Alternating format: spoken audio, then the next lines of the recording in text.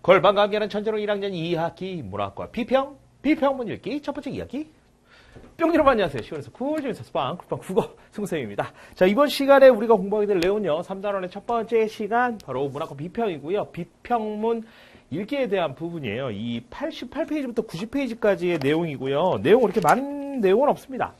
그래서 시에 대한 내용 간단하게 좀 우리가 분석을 좀 해보도록 할 거고요. 시 내용 좀 본 다음에 그 다음에 이제 그거에 대한 내용들의 구체적인 부분들은 우리가 다음 시간에 정리를 좀 해보도록 할 거예요. 그래서 오늘 우리가 살펴볼 부분은 비평문에 대한 개념적인 내용 같이 정리를 좀 해보도록 하고요. 그 다음에 뒤쪽에 나와 있는 비평문에 나와 있는 그 시의 내용 같이 한번 좀 분석을 해보고 마무리 짓도록 하겠습니다. 우리가 이번 시간에 보게 되는 시 작품은요, 시 작품에 대한 내용, 그러니까 시 자체를 분석하는 것도 물론 중요하긴 하지만 시 작품에 대한 분석을 바탕으로 해서 비평문을 읽는 게 보다 중요하거든요. 그래서 우리가 시 작품 내용을 판서해서, 그러니까 PPT 내용으로 확인해 가면서 내용을 보는 것이 아니라 선생님이 판서해서 정리해 주고 다음 시간 그리고 다다음 시간에 학습하는 내용까지 좀 연계성이 있도록 선생님이 정리를 해드릴 테니까 여러분들은 교과서 내용 잘 보시면서 같이 연결돼서 강의 들으시면 될 것 같아요. 자, 그럼 오늘도 새로운 본문의 시작입니다. 개념적인 내용부터 먼저 정리를 좀 하고요. 그 다음에 본문 내용 같이 한번 들어가 보도록 할게요.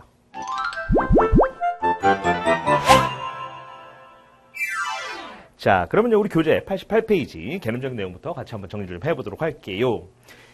비평문 읽기에 대한 부분입니다. 이 부분은 사실은 선생님은 개인적으로 여러분들이 글 읽기에 있어서 굉장히 중요하다고 생각하는 부분 중에 하나예요. 많은 친구들이 이 어릴 때부터의 글 읽기 습관을 제대로 못 들여서 아니면 이제 글 읽기에 대한 방법을 제대로 몰라서 글 읽기 어려움을 겪고 있는 경우들이 굉장히 많더라고요. 생각보다 굉장히 많아서 선생님 깜짝 놀랐는데 이 비평문에 대해서 여러분들이 좀 비평문이 이런 거구나, 이런 것들을 봐야 되는구나, 이런 것들을 좀 알고 나면 작품을 분석하는 게 조금 더 쉬워집니다. 그러니까 여기서 나와 있는 내용들을 자꾸 외우려고 하지 말고요. 특히 이 부분은 일단은 그런 건가? 하고 넘어간 다음에 한 2번 정도 강의를 다시 한번 들으면서 글이라는 걸 읽을 때 어떤 게 필요하고 글을 읽으면서 어떤 걸 생각해야 되는구나, 이런 것들을 여러분들이 좀 깨닫는 게 사실은 더 중요하다고 얘기할 수 있을 것 같아요. 자, 그럼 개념적인 내용부터 먼저 좀 보도록 할게요. 비평문의 뜻과 특성, 비평문에 대한 이야기를 먼저 좀 하도록 하죠. 비평문은요, 문학작품을 일정한 기준에 따라서 해석하고 그 의미와 가치를 평가하는 글이에요. 비평한다라는 건요, 이게 잘못됐다 이런 걸 하는 게 아니고 의미와 가치를 따져보는 거예요. 이게 정말 의미 있는 건가? 이거 가치 있는 건가? 생각해보는 시간을 갖는다라는 거지. 근데 그냥 의미가 있다, 가치가 있다를 따지는 게 아니고요. 여기서 제일 중요한 건 바로 이 단어예요. 일정한 기준에 따라서 해석한다는 게 사실은 굉장히 중요해.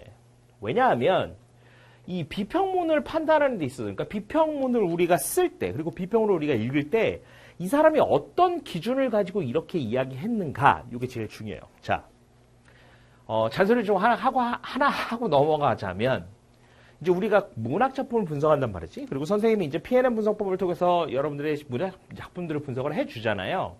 근데 한 선생님이 얘기하는 그 분석 방법이 일반적인 글의 분석 방법하고 똑같아. 여러분들이 그냥 아무 생각 없이 그렇게 이렇게 보고 있으면 수업이 끝나면 그랬구나 라고 하지만 시간이 지나면 언제 저런 얘기를 했지? 이런 생각이 든다고. 그게 왜 그러냐면 이게 그렇게 해석을 해도 되는가에 대해서 여러분들이 한번 생각해 봐야 된다는 거야.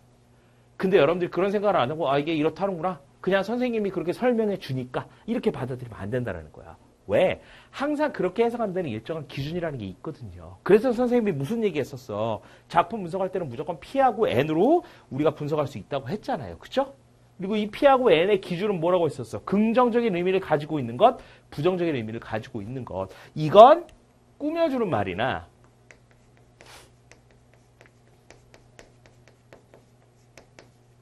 서술어, 문장의 가장 끝부분, 좋다, 싫다, 그렇다, 아니다, 어떠어떠하다, 이 끝부분에 서술어에 그게 들어있다.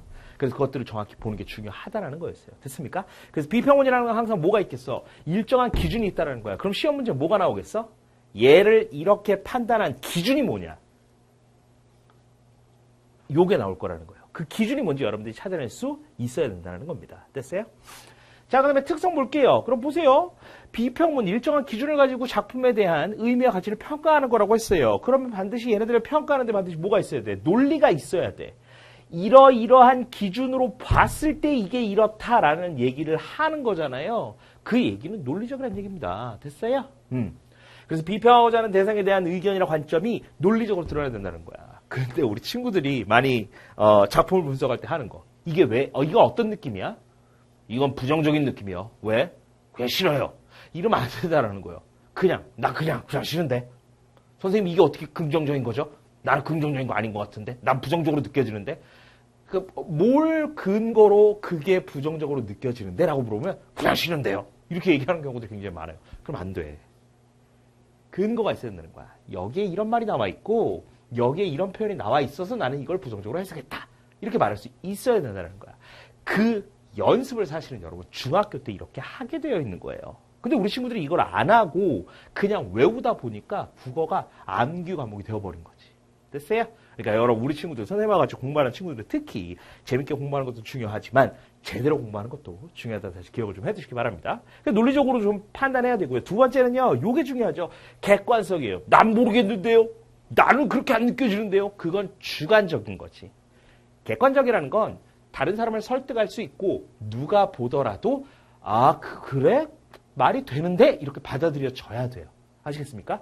그래서 자신의 의견이나 관점을 명확히 드러내는 객관적이고 타당한 논거. 이 논거라는 건 뭘 얘기하는 거야? 논리적 근거를 얘기하는 거야. 논리적인 근거가 있어야 되는 거야. 여기에 이런 표현들이 나왔기 때문에 얘가 이렇게 해석될 수 있을 것이다. 이러한 표현이 나와 있기 때문에 얘는 이런 표현을, 이런 뜻을 가지고 있는 것이다. 라고 말할 수 있어야 된다는 겁니다. 됐나요? 자, 그러면 두 번째. 해석과 감상, 비평의 차이가 뭐냐? 해석은요, 예술작품의 내용을 이해하는 겁니다. 예술작품이 이런 거구나, 이렇게 받아들여질 수 있겠구나, 이런 거고요. 감상은요, 예술작품을 자신의 주관에 따라서 즐기고 평가하는 것으로 주관적인 비평에 해당하는 겁니다. 여러분들은 시험 문제를 풀기 위해서 공부를 하는 거잖아. 그리고 문학작품을 분석하는 거지. 근데 나는 그렇게 느껴지는데요. 나는 이런 건데요. 라고 얘기하는 건 그냥 여러분의 감상을 얘기하는 겁니다. 아시겠어요? 근데 우리는 시험 문제에서 감상을 평가하는 건 아니지. 이것들을 뭐라고 볼 수 있을 것이냐. 모든 사람이 인정할 수 있는 답을 찾는 거기 때문에 감상은 답이 될 수가 없는 거야. 마지막 비평입니다. 보다 객관적, 여러분 비판이 객관적이라고 쓰시면 되고요. 객관적인 근거로 작품을 분석하고 평가하는 것으로 작품에 대한 해석과 감상이 전제되거나 포함되어 있다. 그래서 작품 분석에 있어서 근거가 있다는 거예요. 그래서 작품에 대한 해석이나 감상이 전제되거나 포함될 수 있다는 거야. 얘네들을 바탕으로 이렇게 해석할 수 있다는 거지. 됐습니까? 그래서 그렇게 좀 보시면 돼요. 근데 가끔 그것도 물어보는 친구들이 있어. 아니 선생님 해석하고 감상이 비평에 포함되거나 전제가 될 수 있다면 아까 감상은 안 된다면서요. 그렇죠. 완전 주관적인 내용이면 될 수가 없어요. 주관적이라는 건 사람이 느끼는 거잖아. 주관적인 내용인데 감상 내용인데 대부분의 사람들이 그걸 똑같이 느끼고 있으면 주관적인 감상이라도 그건 결국 뭐가 되는 거야? 객관적 감상이 되는 거겠죠. 됐습니까? 그렇게 이해하시면 될 것 같아요. 자, 비평문의 구성 요소예요. 얘네들 따로 막 외우고 하실 필요는 없어요. 얘네들 각각을 물어보는 게 시험 문제에 출제되거나 그런 적은 없어요. 그렇기 때문에 여러분들이 그걸 너무 걱정하실 필요는 없고 여기서는 계속 이게 어떠한 내용을 담고 있는지를 알고 있어야 돼요.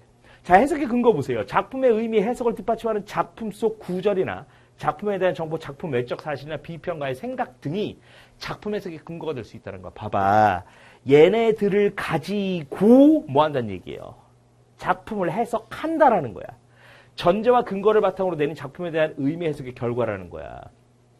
해석의 근거는 여기 나왔는데 그럼 얘는 뭘까? 전제. 그 밑에 보세요. 근거와 주장을 이끌어가는 기본적인 관점 혹은 작품 해석의 바탕이 되는 생각 이런 걸 바탕으로 보았을 때 이렇다라는 거예요. 됐습니까? 그러니까 작품을 해석할 때에는 어떠한 전제 그러니까 이 얘기를 하기 전에 밑바탕이 되는 어떤 내용들이 있다라는 거고 그걸 바탕으로 해서 우리가 작품을 해석하고 그 근거로 삼을 수 있다는 얘기예요. 됐습니까? 그렇게 보시면 될 것 같아요. 그래서 여러분 교재에 나와 있는 내용이고요. 자, 작품을 타당성 있게 비평하기 위해서 뭐가 필요할까요? 작품에 대한 글쓴이의 해석과 평가가 명확히 드러날 수 있어야 하고요. 작품에 대한 해석과 평가를 뒷받침하는 적절한 근거를 제시할 수 있어야 됩니다. 지금 여러분들이 보시면 아시겠지만 이 개념적인 내용을 공부하는 데 있어서 계속 강조되는 게 바로 뭐예요? 근거가 있어야 된다는 사실 여러분들이 다시 한번 머릿속에 넣으셔야 되고요. 이 개념적인 내용 다시 한번 확인해 보면서 우리가 다음이 아니죠. 조금 있다가 비평문 읽기에 나와 있는 작품 분석에 갈 때 선생님이 작품을 어떻게 해석하는지 차근차근 따라오시기 바랍니다. 자, 그러면요, 우리 교재 89페이지부터 같이 한번 정리를 좀 해보도록 할게요. 짜라란, 짠! 여기서 쓰면 되겠네요. 89페이지입니다. 이 작품은요, 여러분 그 위에 나오지만 바로 백석이십니다. 백석이라는 시는 굉장히 유명한 시인 중에 하나죠. 백석이라는 시, 글씨 왜 이러죠? 선생님, 허리가 아파. 허리가 아파가지고, 이 글씨가 잘 안 써지나 봐요. 미안합니다. 건강관리를 좀 해야 되는데. 허리라고 쓸 뻔했네요. 자, 백석. 백석의 수라라는 작품이에요. 그래서 도대체 뭔지 한번 보도록 하죠. 자, 밑에 시를 한번 보겠습니다. 자, 일단 여기서 여러분 하나 질문. 우리가 이제부터 시를 볼 거잖아.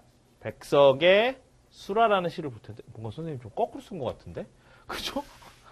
수라라고 제목을 먼저 쓰고 이름에 땡땡을 해야 되는데, 수라라는 시고, 백석이 작가죠. 이렇게 써야 되는데 선생님 반대로 썼죠?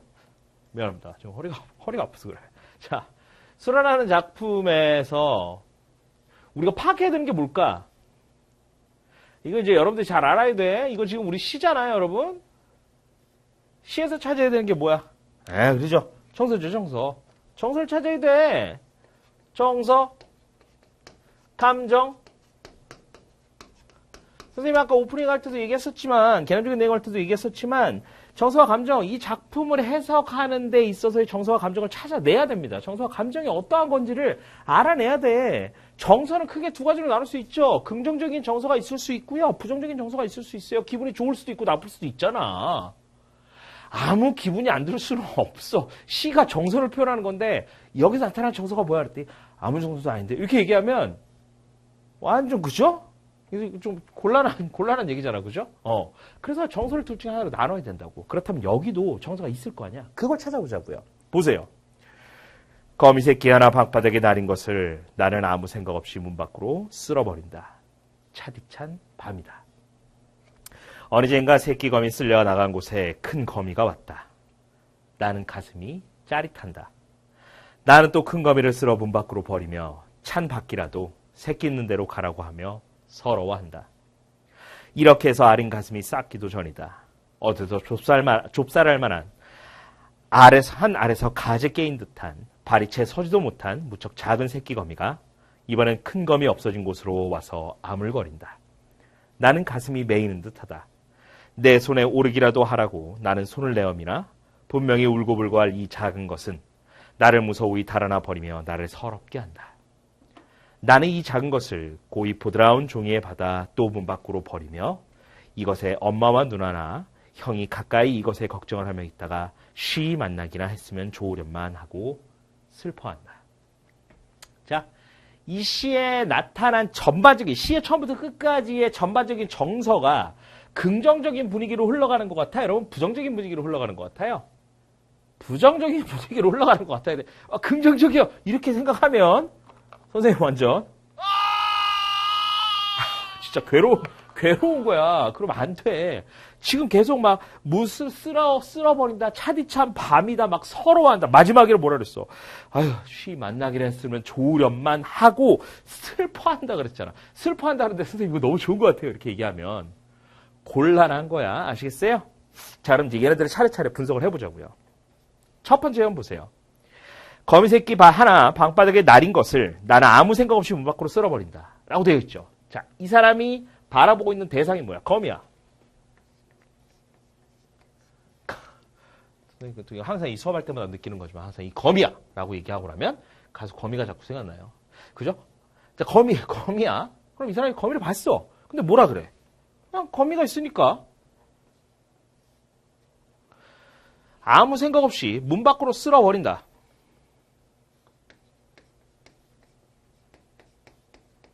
문 밖으로 쓸어버렸어요. 생각이 있어 없어? 여기까지 생각이 없어요. 아무런 생각이 들지 않았어. 근데 봐봐요. 그 다음에 뭐라고 하냐면 차디찬 밤이래. 이 얘기 왜 했을까?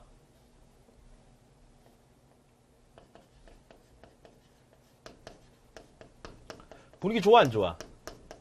거미를 밖에 버릴 수는 있지. 밖에 버릴 수는 있어. 근데 갑자기 차디찬 밤이래. 밤이라는 거 깜깜한 거예요. 좋아 안 좋아? 안 좋아. 깜깜하다는 것 자체가 좋은 게 아닌데 차대 차가운 밤이야. 좋아? 아니야. 문 밖에다 이렇게 버리고 난데 그러면 지금 문 밖에는 누가 있는 거야? 거미가 지금 문 밖으로 쫓겨난 상황 아니에요? 근데 바깥이 차디찬 밤이래. 난 별로 생각 없이 그냥 버린 거야. 됐어요. 그 다음 두 번째 볼게요.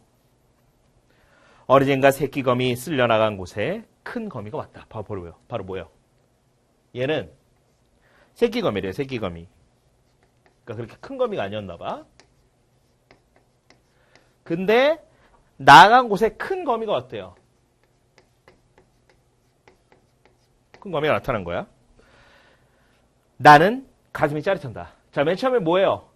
아무 생각 없었죠? 아무 생각이 없었는데 가슴이 짜릿하대요.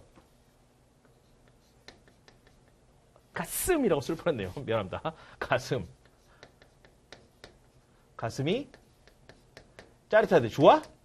막 행복하고 아싸! 또 하나 쫓을 것 같다. 이게 지금 그런 상황이 아니지. 뭐라 그래? 가슴이 짜릿했다.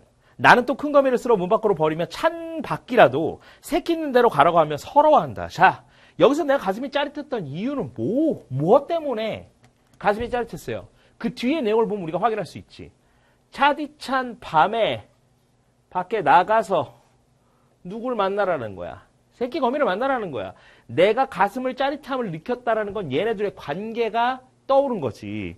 가슴이 짜릿한다. 뭐라고? 큰 거미를 문 밖으로 쓸어버리며. 여기서는 뭐예요? 다시 또 얘도 문 밖으로 쓸어버리지. 근데 이 두 개가 의미가 달라. 얘는 아무 생각 없이 그냥 문 밖으로 쓸어버린 행동이었다면 여기서 문 밖으로 쓸어버리는 행동은 그냥 아무 생각 없이 한 게 아니지. 왜 문 밖으로 쓸어버렸어? 찬 밖이라도 새끼 있는 데로 가라고 하면서. 누구 만나라고? 새끼 거미 만나라고 문 밖으로 보내준 거예요.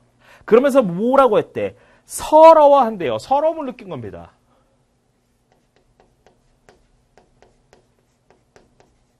여기서 느낀 서러움은 뭘까? 미안함일 거야.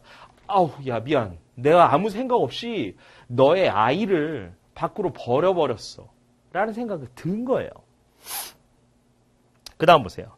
이렇게 해서 아린 가슴이 싹기도 전이다. 그래, 이제 좀 밖에서 만났으면 좋겠다. 라고 이제 생각하고 잠깐 잊혀지려고 하기도 전에, 잊혀지기도 전에, 여전히 아직, 만날 수 있을래나? 이런 생각이 남아있는데, 어디선가 좁쌀할 만한 알에서 가재 깨인 듯, 가재라는 게 이제 막, 뭐 이런 뜻이에요. 그래서 갓 깨인 듯한 발이 채 서지도 못한. 그러니까 거미들 보면, 선생님 개인적으로 거미 포비아가 있어서 선생님 거미를 별로 좋아하지 않아요.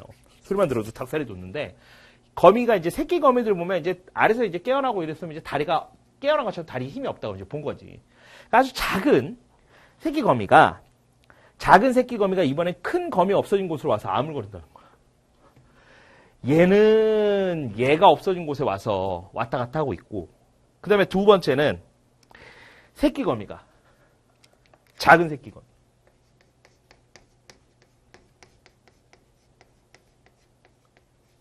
새끼 거미가 이번에는 큰 거미가 없어진 곳으로 나타나서 아물거린다는 거예요. 그러니까 막 이렇게 스물스물 움직이는 걸 얘기하는 거지. 눈에 띄지 않게. 나는 가슴이 메이는 듯하다. 여기서 뭐라고 해요? 가슴이 메인. 이제 완전 미안함이 드는 거죠. 그죠?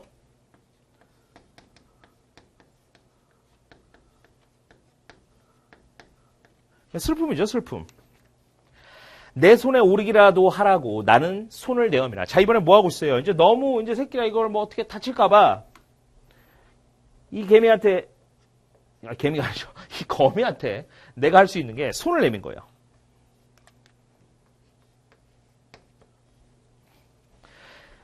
분명히 울고불고할 이 작은 것은 나를 무서워히 달아나 버리며 나를 서럽게 한다. 내가 손을 내밀었는데 이 손을 거부하고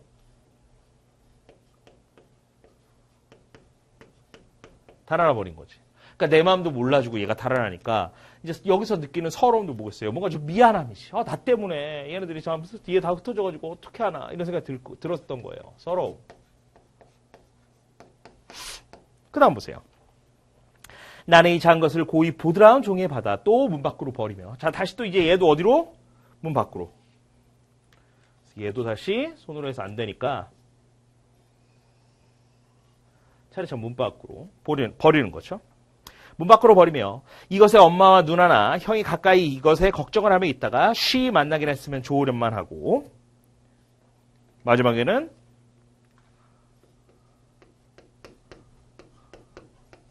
만나기를 기대한다는 얘기죠. 만나기를 기대하고 슬퍼한다는 거야.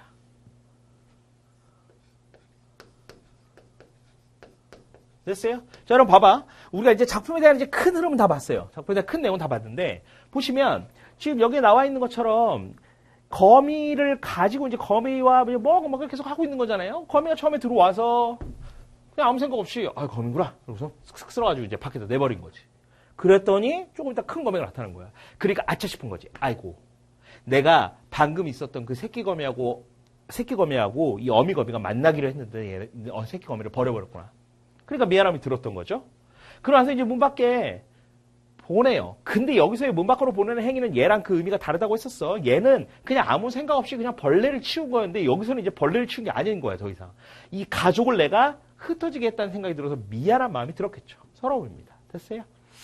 그랬더니 큰 거미가 사라지고 나니까 이번에 완전 새끼 거미, 완전 애기 거미가 나타난 거죠. 그러니까 바로 뭐야? 미안한 거지. 더 미안했던 거야.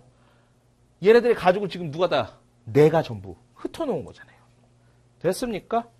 그래서 이 시에서의 전반적인 분위기를 보면 이 가족에 대한 이야기를 하고 있다는 걸 우리가 추측해 볼 수 있어요.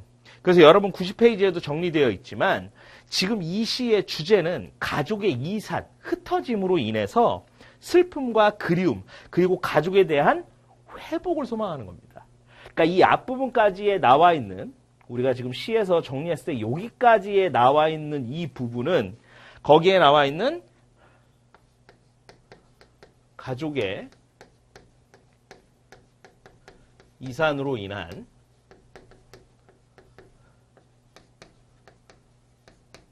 슬픔과 그리움이고, 이 뒤쪽 부분에 나와 있는 건 가족의 회복에 대한 소망이죠. 뒤쪽 부분에 나와 있는 여기는 다시 만나길 기대하는 거니까 가족 회복에 대한 소망이에요.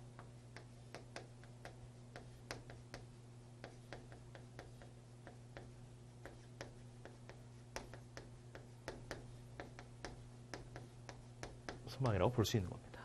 됐어요? 그래서 지금 시적인 대상을 사실은 거미인데 거미를 마치 사람인 것처럼 가족들이 만났다 헤어졌다 뭐 이런 식으로 표현하고 있잖아요. 그러니까 약간 의연했다고 볼 수 있을 거고요. 그래서 공간 자체를 보면 지금 내가 있는 공간인 방 안과 그 다음에 이 방을 기준으로 해서 이 방에 딸려있는 이 문을 통해서 거미들이 어떻게 되냐? 버려지는 거죠. 방 안과 방 안의 공간하고 그 다음에 문 밖으로 공간이 설정되어 있어요. 근데 문 밖이라는 공간은 차디찬 공간이죠. 그죠? 그래서 여기는 부정적인 공간으로 설정되어 있다는 걸 확인할 수 있습니다. 그래서 보시면 맨 처음엔 어때요? 문 밖으로 그냥 쓸어버렸어요. 아무 생각 없어요. 그죠? 무심함이죠. 그죠? 무심함. 근데 이러다가 다시 그 큰 거미가 새끼 거미 있는 대로 가기를 바라면서 문 밖으로 다시 한번 버릴 때는 서러움을 느낀 거죠.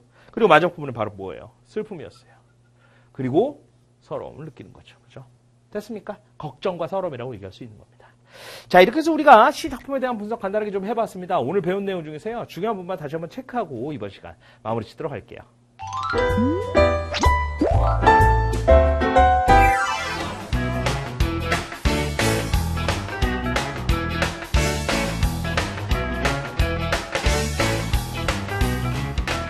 자, 이번 시간에 여러분이 정리할 내용은 두 가지 정도 될 것 같아요. 첫 번째는 비평문의 특성에 대해서 다시 한번 정리 좀 해주세요. 우리가 수업 시간에도 이야기했었지만 작품을 해석하는 관점, 그리고 작품을 해석할 때 이유, 근거라고 얘기했었죠. 그 비평문이 어떠한 특성을 가지고 있는가, 근거라는 키워드를 중심으로 다시 한번 정리를 좀 해주시고, 두 번째 여러분이 정리할 내용은 바로 말하는 이의 태도와 정서 변화입니다. 오늘 우리가 시작품 봤었잖아요. 그 작품 안에서 말하는 이의 태도가 어떻게 드러나고, 그리고 그 태도를 통해서 우리가 어떤 정서를 이 사람이 느끼고 있는지, 어쨌든 시 작품을 분석하는 게 기본적으로 시험 문제 출제가 될 거예요. 그리고 무엇보다 중요한 건 그걸 바탕으로 해서 그렇게 해석할 수 있는 근거가 뭐냐, 이런 것들을 물어보는 게 시험 문제 출제가 됩니다. 선생님이 항상 수업 시간에 강조하는 건 출제되는 것들을 바탕으로 해서 강조하는 거니까 그런 부분들 중심으로 여러분이 다시 한번 오프토 게시판에 중요한 내용 정리하시면 될 것 같아요. 자, 그럼 오늘 수업은 여기까지 하도록 할게요. 우리 다음 시간에 선생님이 판사한 내용 바탕으로 해서 작품에 대한 비평문의 내용들 90페이지 뒤에 오늘 우리가 살펴보지 않았던 나머지 내용들 마저 좀 살펴보도록 하겠습니다. 선생님은 다음 강의에서 먼저 기다리고 있을 테니까요. 여러분들 반드시 오늘 배운 시 작품 다시 한번 확인해 보시고 그 다음에 작품에서의 근거가 무엇인지 생각해 보시고 개념적인 내용도 다시 한번 정리하고 다음 시간에 만나도록 해요. 여러분 다음 시간에 봐요. 안녕.